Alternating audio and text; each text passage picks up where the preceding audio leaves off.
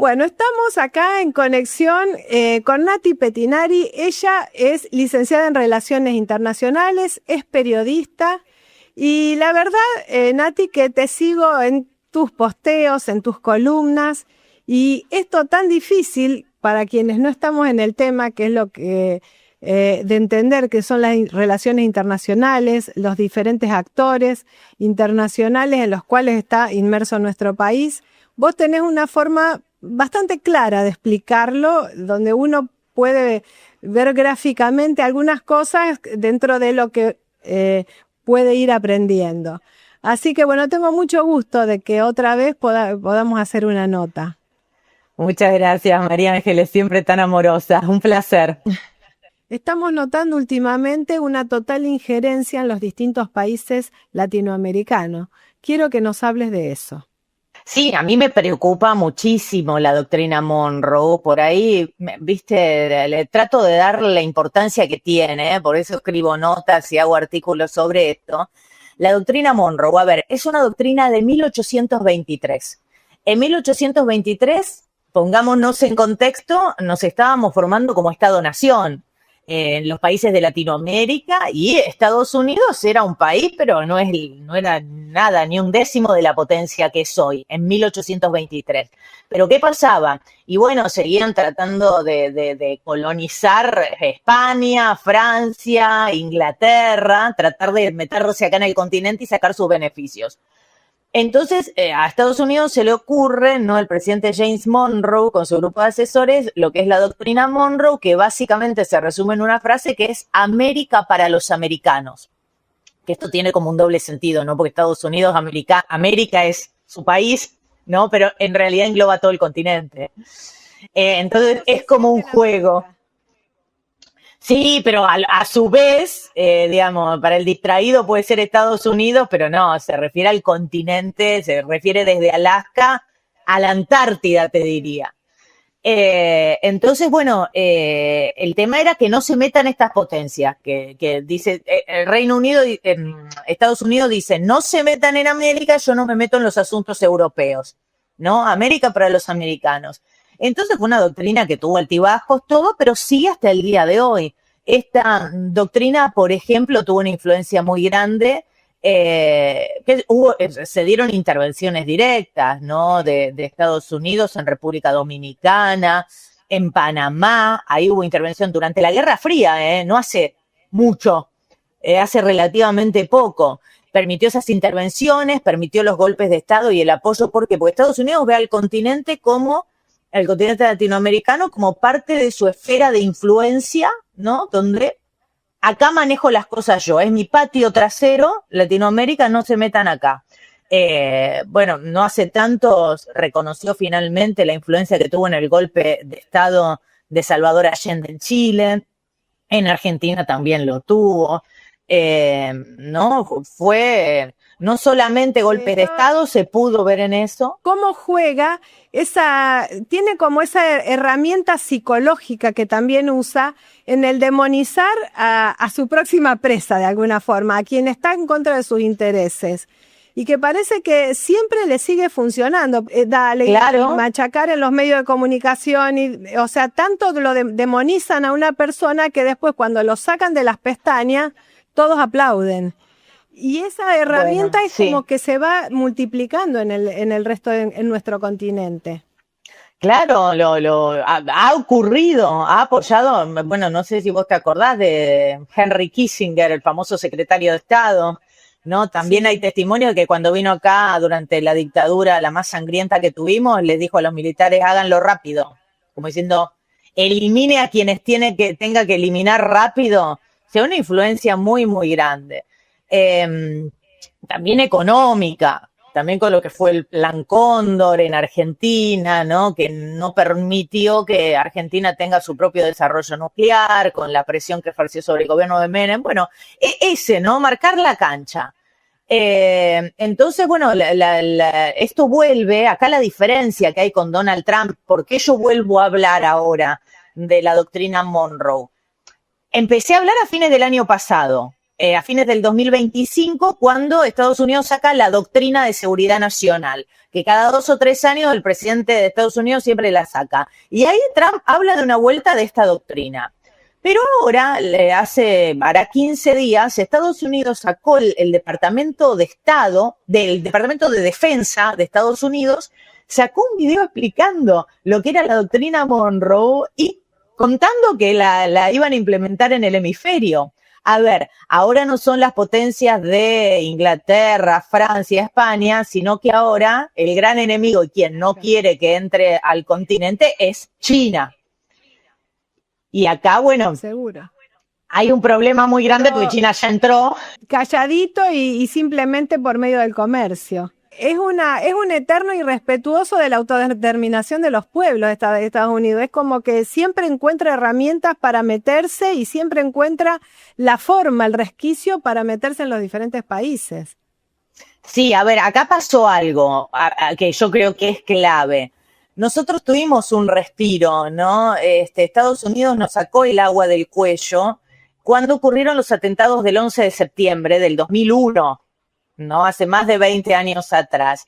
Ahí, ¿qué hizo Estados Unidos? Dejó de mirar a América Latina, de presionarnos y empezó a mirar a Medio Oriente, ¿no? A Bin Laden, Al Qaeda. Entonces no nos dimos cuenta, pero bueno, cuando Estados Unidos no nos tenía con el agua al cuello, comenzaron, bueno, y justamente coinciden, ¿no? Con gobiernos progresistas y con la integración latinoamericana se había creado UNASUR, un montón dentro del Mercosur, que el Mercosur se fortaleció muchísimo durante estos últimos 20 años. Ahora hay un debilitamiento nuevamente porque aparecen gobiernos pro Estados Unidos y liberales que no quieren un Mercosur fortalecido. La única resistencia que está quedando ahora es Lula y México, pero veremos qué pasa. Hay elecciones ahora en noviembre, presidenciales en Brasil. Pero bueno, fue un momento donde hubo, ¿no?, una interesante posibilidad de ejercer autonomía sin esta presión norteamericana.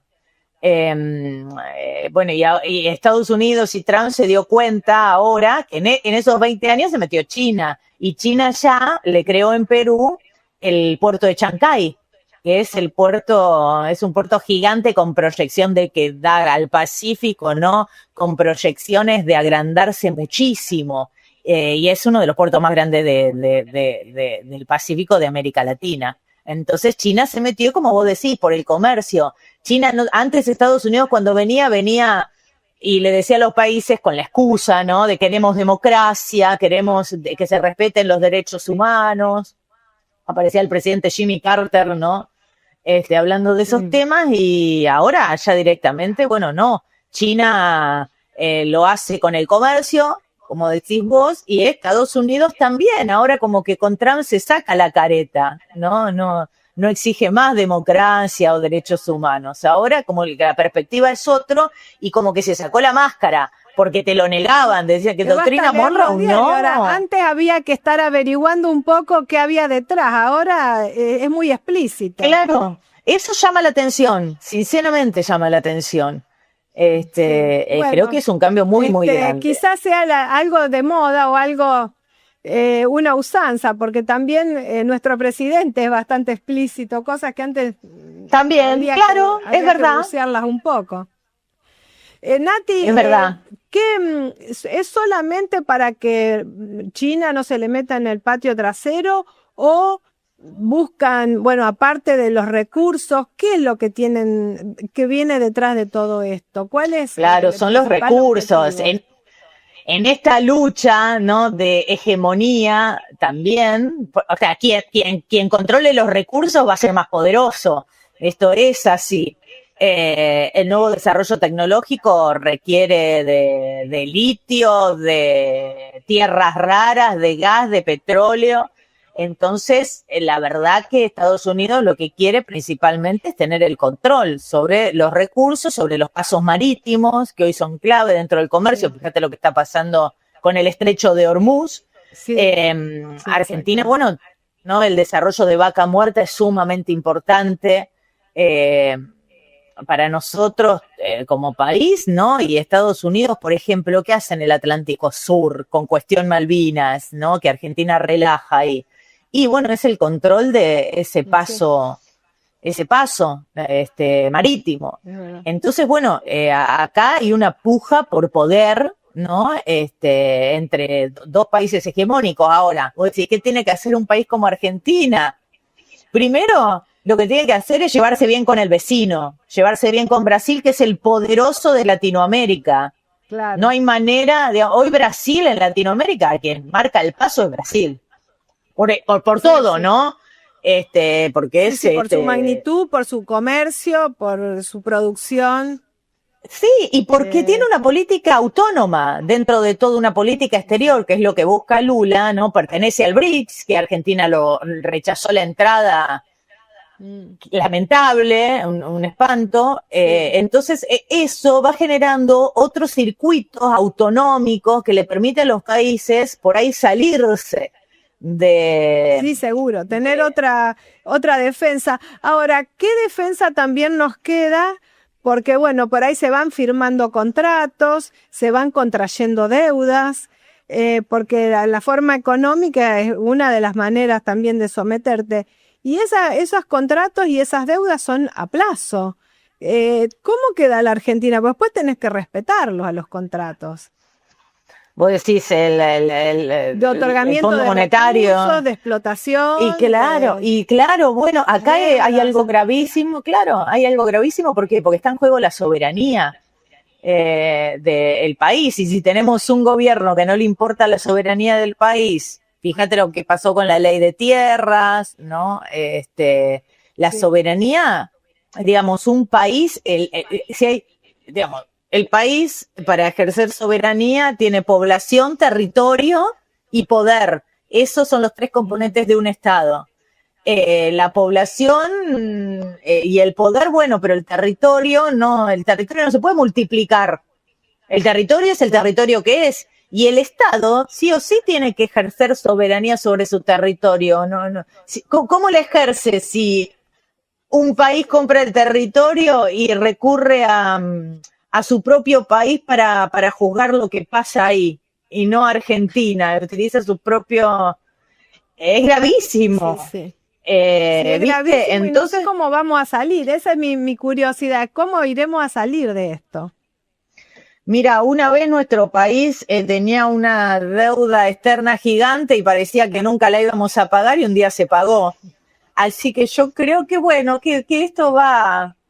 Hay que ser positivos, porque si nos ponemos en pesimistas, viste, la situación es bastante oscura. Razón. Pero bueno, siempre hemos salido, así que yo creo que, claro, nosotros como ciudadanos tenemos que ser más conscientes también de a quién votamos, ¿no? Tenemos que ejercer un poco más, claro, nuestras obligaciones como ciudadanos, porque tenemos derechos y las obligaciones, viste, ni siquiera averiguamos a quién estamos votando o qué proyecto de país propone quien votamos. Entonces después, claro, tenemos que salir todos a defender lo ya logrado, ¿no? Fíjate que Fernando Cerimedo, que fue uno de los principales asesores de Javier Milei, lo es de la ultraderecha latinoamericana, ahora en Bolivia, que lo detuvieron por intentar asesinar a su novia, digamos, por ser el autor intelectual del asesinato de su novia, le encontraron en la casa un estudio de bots. No son personas, son bots, ¿no?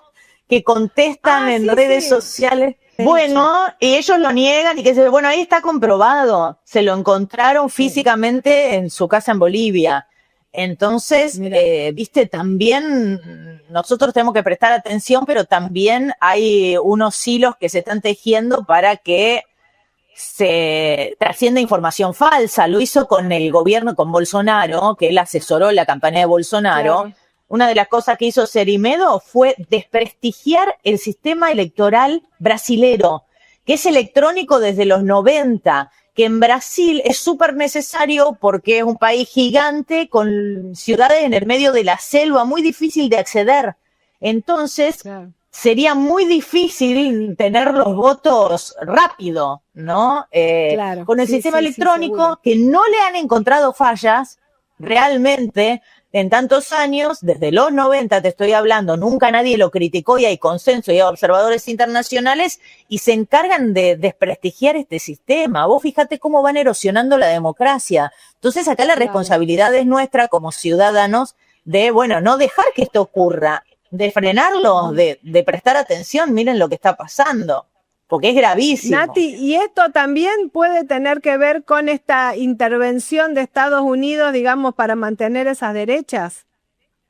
Por supuesto, sí, sí, Estados Unidos yo creo que financia, ¿no? Fíjate, Abelardo de la Espriella ahora que ganó en Colombia, Keiko Fujimori en Perú, digamos, quedó prácticamente todo el mapa latinoamericano pintado por la derecha o ultraderecha, dependen, ¿no?, de los gobiernos, pero sí, yo creo que hay un apoyo económico y un interés muy, muy grande de los Estados Unidos para que esto sea así, porque vos fíjate que todos los mandatarios accede, todo lo que hizo Petro en Colombia, de avance, de autonomía, de hablar de desigualdades, de tratar de integrar a la guerrilla, que no le funcionó, pero es un problema muy complejo y la verdad que Sí. Son miles de aristas, no es tipo la criminalidad los meto preso y ya, no, una solución integral que lleva tiempo, tuvo sus errores, no, bueno, borró todo a Abelardo de la Espriella y nuevamente se vuelve a las políticas que le había propuesto Estados Unidos en los 90, ¿no? Siempre Entonces, se vuelve para viste, atrás, parece. entonces Nati, te nosotros como agradezco muchísimo ciudadanos, esta comunicación. Y bueno, como bueno, siempre un fuiste muy placer, clara, como acá, como en de 12 a 14, la verdad que sos una persona me muy clara y por alegro. eso me gusta conversar. Muchísimas gracias, un placer.